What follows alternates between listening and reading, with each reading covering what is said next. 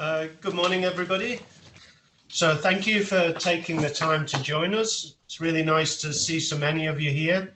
It's been a busy year, as you know, with 4 regional workshops, the launch of the guidelines in 3 languages. We have training, online training in draft, and this, as you know, is the fourth in our series of webinars on the guidelines themselves.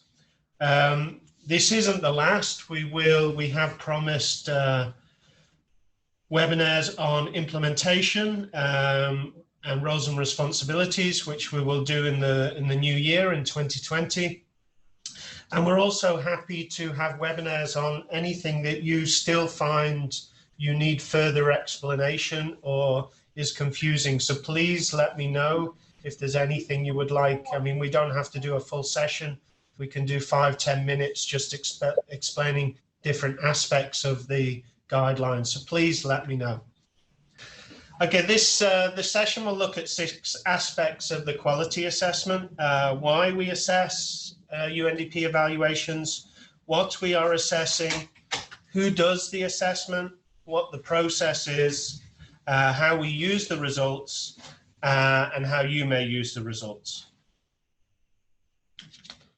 So firstly, why do we do them? I mean, this is detailed in the evaluation policy. We are required by the board to report annually on the number and quality, type and scope of the evaluations undertaken by UNDP. Of course, our evaluations are central to our results-based management and knowledge generation system, so we have to ensure that the quality of our evaluations feeding into this system is optimal. As you know, IEO also reports annually both to the board and to the organization in general on evaluation during a particular year, and this increasingly has a section inside on the quality of decentralized evaluation, identifying areas where we can strengthen our work, and equally has a section at the end that details regionally and globally how the quality of our different evaluations in different regions. Of course, for our own purposes, for practical purposes, the QA helps us to improve the quality of our evaluation. We should be learning from the work that we have done in the past, and this is an opportunity to do so. It strengthens accountability to our regions and also to headquarters, and as well to our donors and member nations and governments. It strengthens consistency across countries and regions. It supports Bureau oversight, as I mentioned. It helps us to also identify good evaluations that we can use as examples to build a good portfolio of strong evaluations. And in the new guidelines, we've identified in each section a number of good evaluations using the QA rating, both by type, well, mostly by type of evaluation, and you can use them to, if you're confused about how you might do an outcome or evaluation or what a good outcome evaluation might look like, there are examples in the guidelines, but equally you can search the ERC to find good examples. We also can use the quality assessment to identify weaknesses, both thematically, where we are struggling to do evaluations, country level, regional level, but also within evaluations themselves, and there's something we will talk about. And that can help us to target support or to strengthen the guidelines in order to address those challenges and weaknesses. Yeah. And something that has come out through the QA is a challenge in undertaking cross-cutting issues in evaluations, both in terms of reference and final evaluations, and especially gender. And that's something we've done a webinar to try and support that. We've strengthened the guidelines to address gender issues, So you should be able to help us to improve our evaluation of gender and cross-cutting issues. Oops, sorry, wrong one. So what do we evaluate? Well, we evaluate around 270 to 300 evaluations a year. We evaluate projects, UNDP projects, GEF terminal evaluations, outcome evaluations. We have been quality assessing UNDP evaluations. We have been assessing CPD evaluations, mostly midterm and a number of terminal. Others, as in thematic, cross-cutting evaluations. So a lot of countries and regions evaluate gender, let's say, across their portfolio. And that sometimes is looked at not so much as a thematic, but a cross-cutting evaluation. But equally, we do evaluate thematic areas such as rule of law, portfolios, and so on. So as you can see, each year we evaluate around 260 to 200, well, closer to 300 evaluations a year. The only things we do not evaluate are GEF midterm reviews. They are not quality assessed. We do not evaluate, we will not be evaluating UNDP evaluations, given the transition to the cooperation frameworks. And as we will touch on, the evaluation of GEF terminal evaluations has a slightly broader scope than other evaluations, which we will look at in a second. If I'm going too fast, let me know. Oops, I've done it again. There you go. So who does this? We have a pool of 12 to 15 experienced evaluators who we retain on a 3-year LTA, renewable on an annual basis. They have experience across all our thematic areas. They have language experience. We have a team of evaluators who are specifically focused on GEF evaluations because of the technical nature of them. We do try to ensure that there is global, regional, and especially regional and country level knowledge and experience. And language is an issue. We have struggled, but we have a good pool now of French and Spanish speakers. We do also have a Russian and a Portuguese speakers for the occasional report that comes out in Russian and Portuguese. However, as you know, all UNDP evaluations should be in French, English, or Spanish, and GEF evaluations should be in English only, though we do get a high number of Spanish and even French GEF evaluations coming through. Then we allocate evaluations based on the experience of the reviewer in a particular thematic area, and of course the language skills of those reviewers. So now just to come to the process, you're probably at the moment, actually I was going to say you're probably getting inundated, but in fact things have improved significantly. This is the peak time for this office for doing the quality assessment process. And this is the time when you'll see us coming back and forth to you with questions about evaluations that have been posted to the ERC. So the process begins with you finalizing and then posting a final evaluation to the ERC. I'd just like to remind you that on completion of any evaluation, that they should be posted to the ERC within 2 weeks, and management responses should be uploaded within 6 weeks.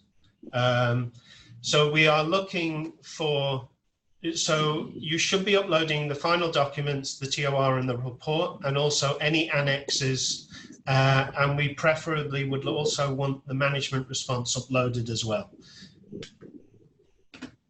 We then do a validation on every evaluation before it is posted, before it is assigned to a QA reviewer. We check it is the final evaluation. We check it is the final draft, final terms of reference. We do not send drafts for assessment, and in fact, drafts should not be uploaded to the ERC. We have on occasion seen drafts with track changes and comments from donors, and this is not, the ERC is an open forum, an open website, and only the final reports should be uploaded. So we verify that they are the final reports, and then this is when we come back and forth to you, asking you to delete and upload final terms of reference and reports.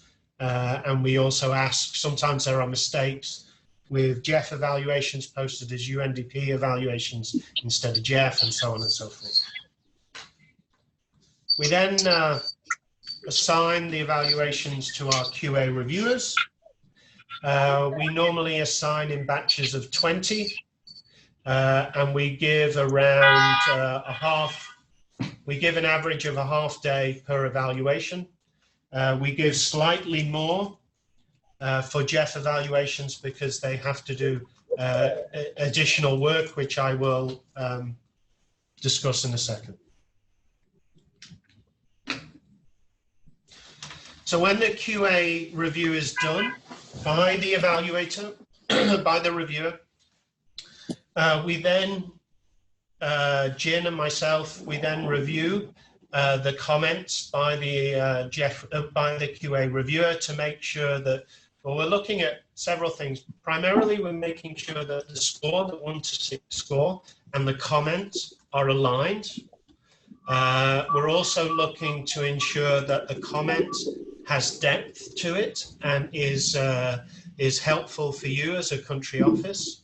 We focus on areas that have highly satisfactory and unsatisfactory or lower, because we want to ensure that those results are justified.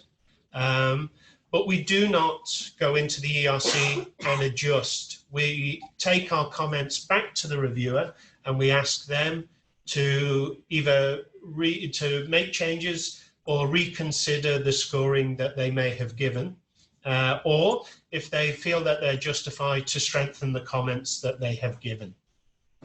Only once we've done that do we finally post to the ERC, so for you to see. As I mentioned, we have a 1 to 6 scoring or a 6 to 1 scoring. We evaluate across 4 sections with 39 questions, which we'll look at in a second. Highly satisfactory generally means everything is fine or better.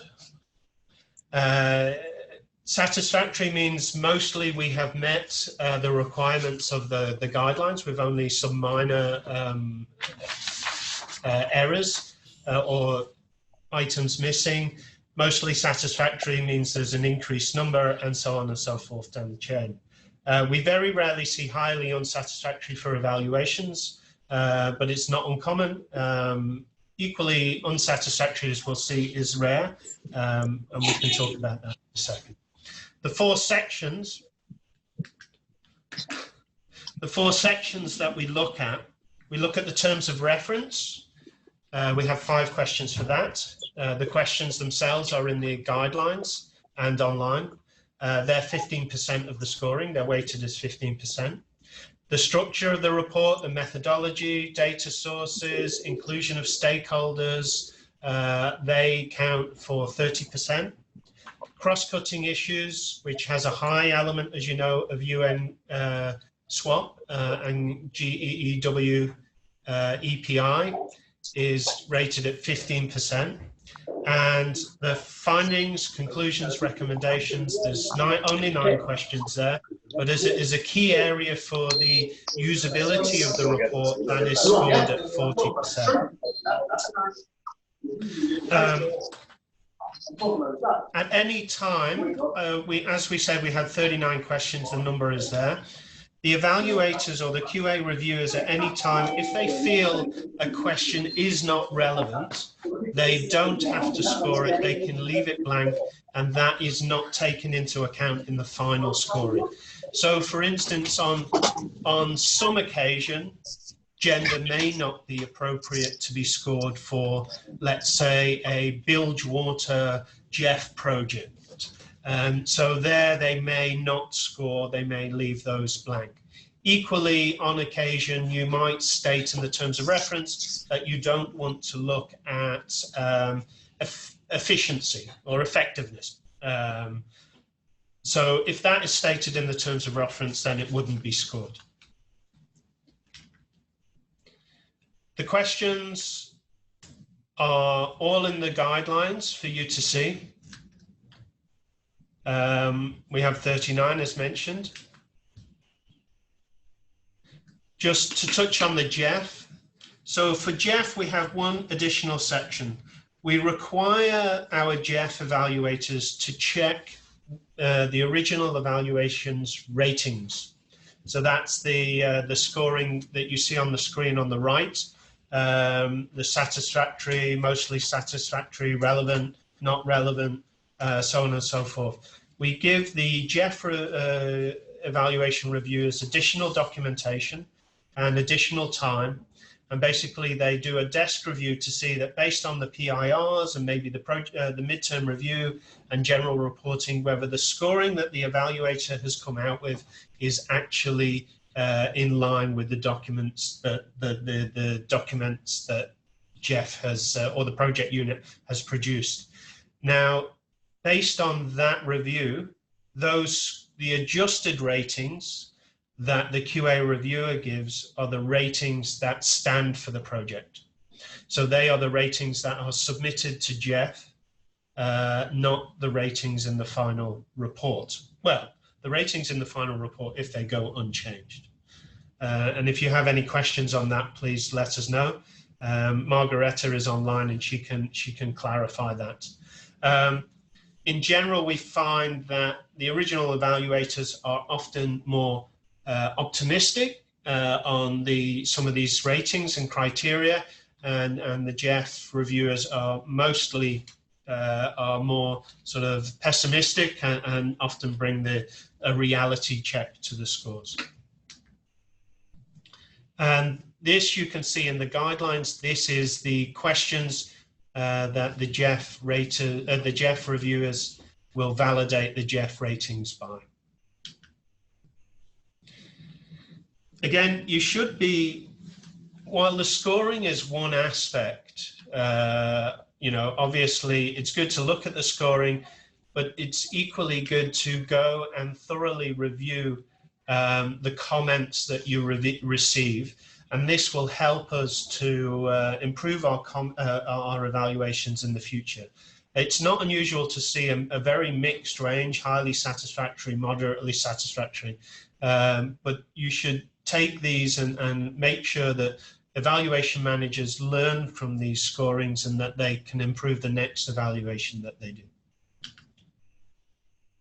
As I said, cross-cutting issues especially are challenging, and in order to improve this, it goes back to the terms of reference and the inception report and working with the evaluator to ensure that they include an evaluation of gender throughout their evaluations.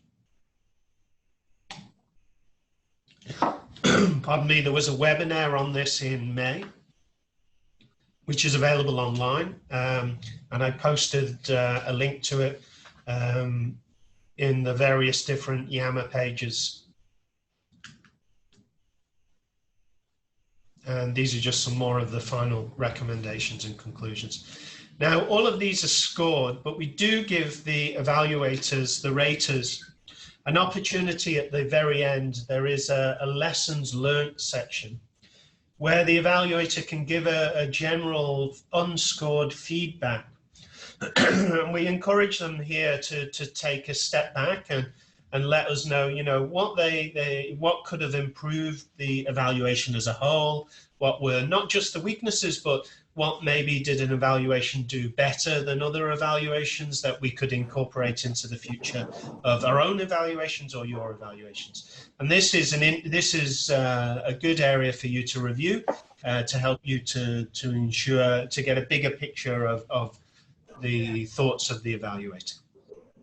So we really would encourage you to move beyond the overall scoring, to look at the comments and to take those comments into the next evaluations that you undertake. So now what do we do with these scorings? So at a very sort of at our level, we report these scores on an annual basis to bureaus and to UNDP in general, and of course to the executive board. What have we seen? We have seen a general improvement over the years, especially in Arab states. But as you can see from this, there is still room to move those moderately satisfactories up into the satisfactory area. And one of the key areas, or the low-hanging fruits for this, is going to be cross-cutting issues. These are just for your information. This is the general raw data that you receive, that we receive over the last 3 years. That's what it looks like by project type. And this is just an illustration of the analysis that we do, but equally what regions can do to show the general trends within their region. And you can see here, this is very much in line with that we are all hovering around the moderately satisfactory area. Some a little bit too far to the left in the unsatisfactory or moderately unsatisfactory area, and not enough leaning too far to the right. And what we would like to see is the peak of this moving very much to the right over the next few years. So in the process of putting this presentation together, and we do this analysis for the ARE and for the board and for our own purposes, we find, I mean, this is quite interesting, and we see this a lot. You can more or less guarantee that any evaluation with a small budget, let's say below 15 and certainly below $10,000, is going to be very poor. So, and you can see this trend here. You can see that 40% of evaluations under $15,000 are unsatisfactory, with a much higher range of moderately satisfactory than you see, than we want to see. Equally, as you go down, as you hit the 45 to 55 mark, things improve drastically, and I guess unsurprisingly, above 70,000, you see a considerable improvement.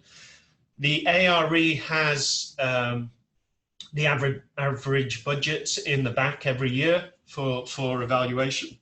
There's an indication for you of what everybody else is doing, both within your region and globally.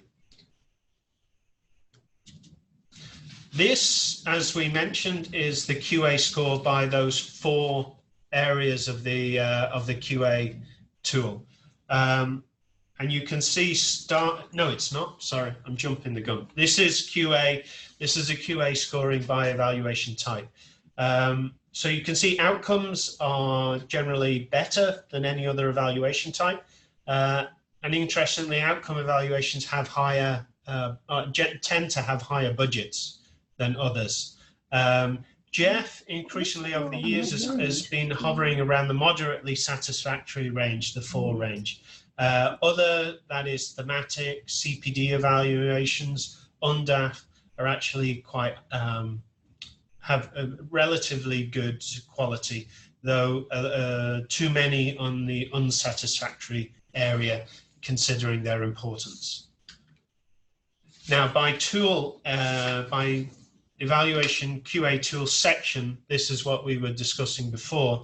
You can see there's a general, the terms of reference in general are quite satisfactory. And in fact, we've seen an improved quality of terms of reference over the last few years. Equally, methodology and recommendations, recommendations can be stronger, but the big weakness that we're seeing is, as this is clearly seen here, is in cross-cutting. And though gender is one aspect of this, it's also a discussion of poverty, of human rights, alignment with UNDP's strategic plan. These are elements that are all missing from our evaluations. So that brings me slowly, I don't know. 30 minutes. All of this can be seen in the ERC. You have a dashboard. You can see the quality. Regional focal points can see this obviously for their whole region. And you can see this particular graph for your particular country. Equally, the ERC has the QA scoring next to each evaluation. As I've mentioned in the training previously, you can also search the ERC for evaluator name, and the QA, as long as you're logged into the ERC and you search for the evaluator's name, you can see the QA scoring alongside the evaluations they've done for us. So it's also a good tool for you to see the actual quality and consistency of evaluations being done by the evaluators we hire. So that brings the end of the QA section of this presentation. I'm just going to use the opportunity to show this table. We're coming to the end of the year. As I mentioned, the QA process has started from our side. We have around 200 evaluations already in the system that we're assigning to our QA reviewers. We've recently refreshed the QA pool. So we've added an additional 8 people. We've added more language skills. We've also added more Jeff focus to the pool. So we're currently assigning those QAs. We have sent an email to the regional focal points, your regional directors and the regional focal points, asking for the Evaluation Resource Center to be updated as much as possible by the end of this month. And that will enable us to do the QA, to finish the QA process by the end of January. Worryingly, as you can see from this table, as of the 2nd of December, only 48% of the evaluations have been completed, 29% overdue, and 25% planned, i.e. 25% of all of UNDP's evaluations are planned for December, for the busiest month of the year. And I think Christina and your regional focal points have been asking during the year for you to reconsider these completion dates, but this is just a reminder. And please, if you can, complete and upload the evaluations by the end of 31st of December so we have enough time to QA them before the 31st of January when our reporting process starts. Thank you very much. So we are open for questions.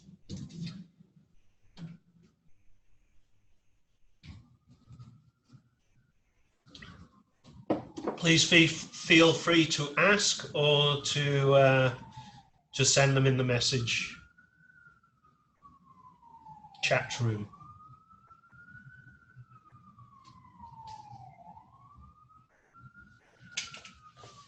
Okay, and if you have any questions of any nature about the new guidelines, the training that we've done over the last 12 months.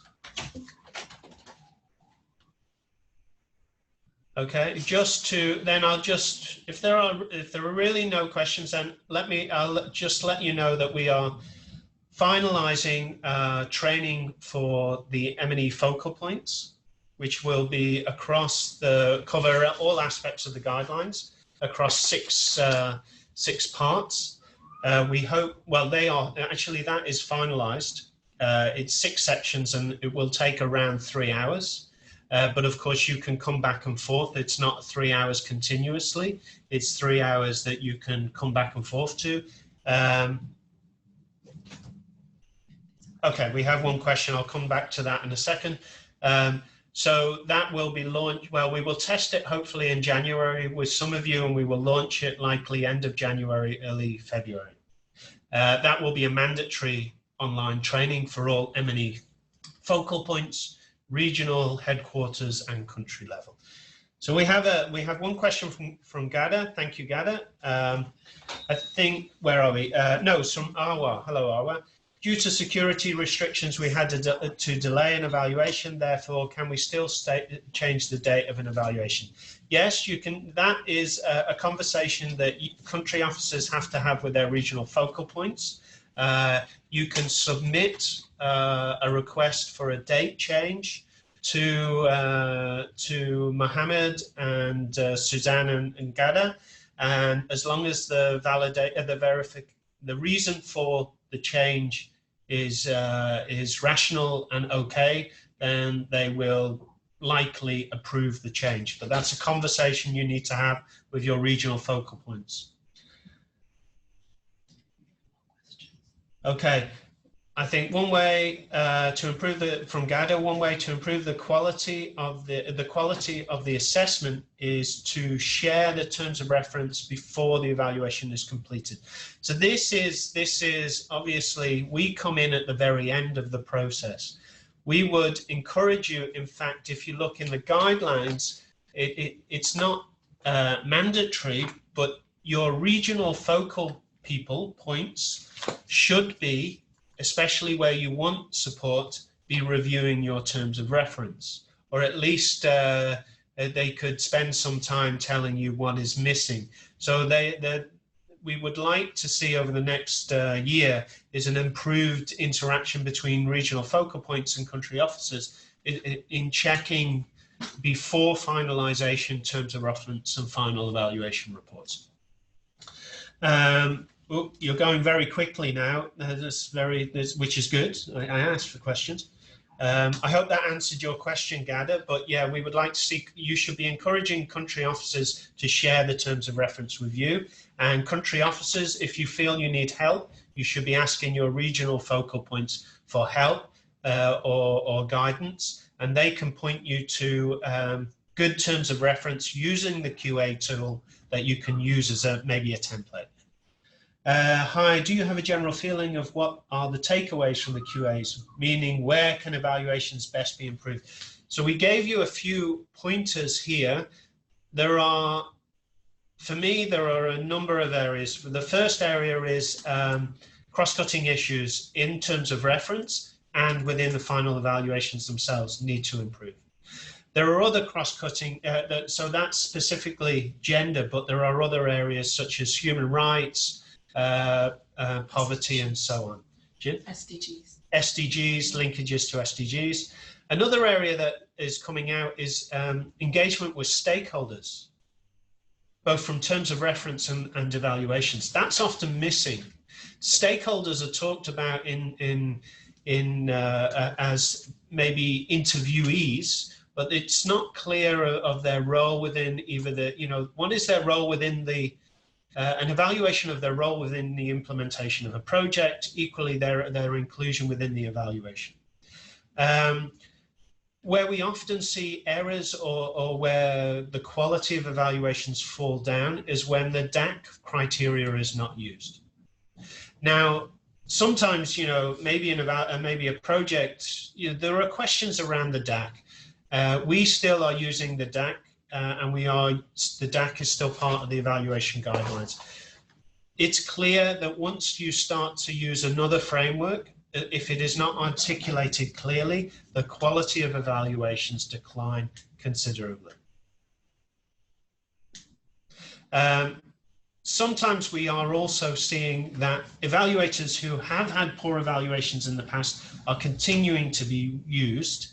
Now, I would encourage you, if you're going to hire an evaluator, check the QA, their QA scores and their consistency within the ERC, but also reach out to people who have hired them. The details are in the ERC. You can look at the country. You can even find the M&E focal point. Reach out to them and see what the issues were with those evaluators. Was it an issue of the evaluation, or was it an issue of the evaluator? We will do some more analysis beyond what we have done, but this data is all freely available on for regional focal points also to review and see where specifically they are having challenges with deeper within the QA score. You can look at the QA scoring by sections, but you can also see them even by questions. So you can quickly see trends where country officers are having challenges. Okay, Samira, the guidelines have examples of terms of reference. They have links to very good examples of terms of reference 5 and above. And there is a clear outline for the terms of reference here. So between those two, and then if you do a general search when logged in, you should be able to find, look for evaluations with a 5 score, with a QA of 5, but then check that their terms of reference QA was a 5 also, and then you'll be able to find terms of reference. So you've got 3 ways of coming at this. We've provided 2 aspects, and you can do some research yourself. So some of the evaluations are under the leadership of donors such as IFAD, and we usually receive the terms of reference at the last minute. Does this pose a problem? That was from Oiku. So what that's a conversation we can have with you. In the same way as we're no longer evaluating UNDP or cooperation frameworks, because much of this is out of UNDP's hands. So on a case-by-case basis, we would like to discuss this with you. If you let us know if the terms of reference was drafted by a donor, then we can omit that on occasion from the QA process, but we'd like to have a conversation about that on an individual basis. How does the QA take into account non-UNDP conducted evaluations? For example, the EU, if the EU evaluates one of our projects. You know, so it's related to Oiku's question, Gonzalo, thank you.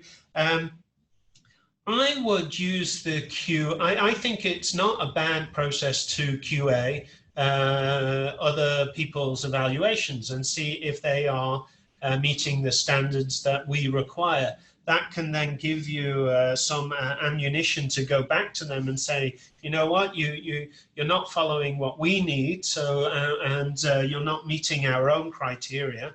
And have that discussion. So I am reluctant not to QA donor-driven evaluations. I'm happy to have you should have a conversation with your regional focal point, but I think there is a benefit in doing it. Should UNCF be included in the country officers' evaluation plans? That's from Mohammed. Hello, Mohammed.